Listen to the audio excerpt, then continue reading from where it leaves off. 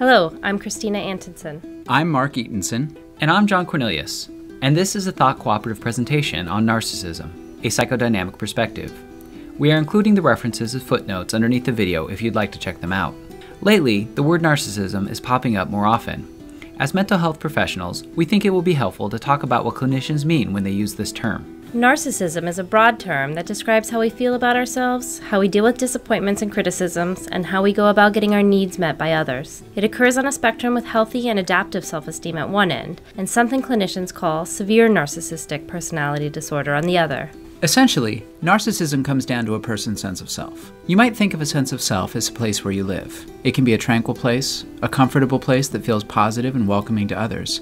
It can be a less tranquil place, a place crowded with stuff a person doesn't need, neglected spaces, or parts that have fallen into disrepair. For some, it's barely even a space at all, offering hardly any shelter from the elements, structurally unsound, and in constant danger of collapsing in on itself. Healthy self-esteem is crucial to how we live our daily lives. It affects how we feel, our capacity to deal with challenges, and our ability to develop realistic expectations for ourselves and the world around us. Evidence indicates that when children are provided with safe, caring, and reliable relationships by role models who demonstrate effective ways to cope, they tend to develop a positive, stable, and resilient sense of themselves, a central element of healthy self-esteem. Throughout life, we use this stable foundation to build an adaptive, realistic sense of self.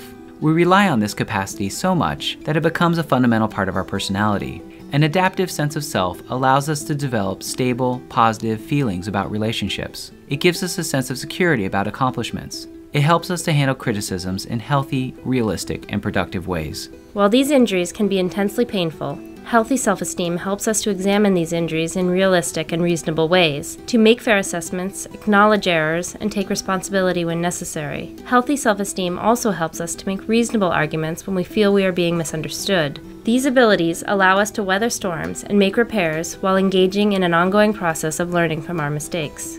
Like a well-built house, a healthy sense of self needs a solid foundation and a good frame. Problems in a person's sense of self can be caused by issues or unmet needs that occurred during childhood, when the foundation and basic structure of their sense of self was being built. The resulting instability causes them to focus increasing amounts of effort to maintaining fragile self-esteem. Instead of solving problems and learning from them, individuals with an unstable sense of self may cope with challenges in dysfunctional ways. Unable to make realistic self-evaluations, they try to create and maintain an artificially positive image of themselves. This inflated self-image requires external validation from others, something clinicians call narcissistic supply. Like spackle and braces on a faulty wall, those with an unstable sense of self rely on narcissistic supply to shore up their sense of self. When these struggles begin to dominate a person's life and interfere in their daily functioning, clinicians say the individual has narcissistic personality disorder. Narcissistic personality disorder, and personality disorders in general, are different from other types of mental health issues like depression and anxiety because they are related to how a person has developed through much of their early life. They impact a person's fundamental view of themselves and the world around them. Unlike many other mental health issues, personality disorders tend to persist throughout a person's life, regardless of what is happening around them. Narcissistic personality disorder is the part of the spectrum where the structural problems around a sense of self begin to dominate all aspects of a person's life. The entire personality is compromised, affecting everything a person thinks, says, and does. People with narcissistic personality disorder devote excessive amounts of time and energy to maintaining a fragile image of who they would like to be, rather than who they actually are.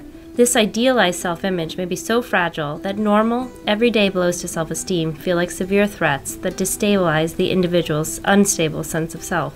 The more problems in a person's life, the more unrealistic this artificially positive self-image becomes, requiring ever-increasing amounts of time and energy to maintain.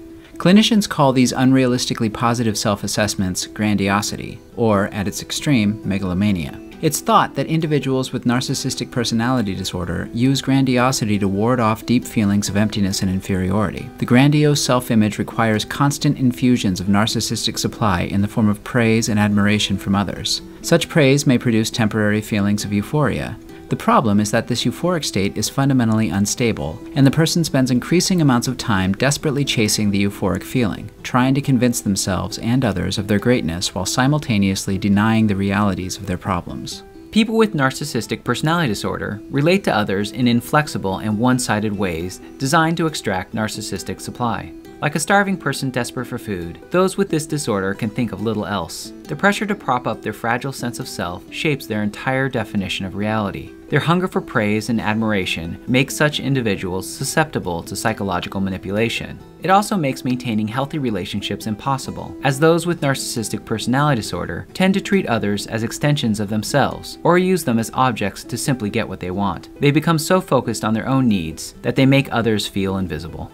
Individuals with narcissistic personality disorder tend to attack those who disagree with them. Any criticism can be seen as a catastrophic threat. Unable to bear the anguish of being wrong, they go to great lengths to blame others for their own mistakes. They refuse to acknowledge difficult truths and oversimplify problems and people into unrealistic categories of all good or all bad. They often make decisions based only on the need to avoid injuries to their self-esteem.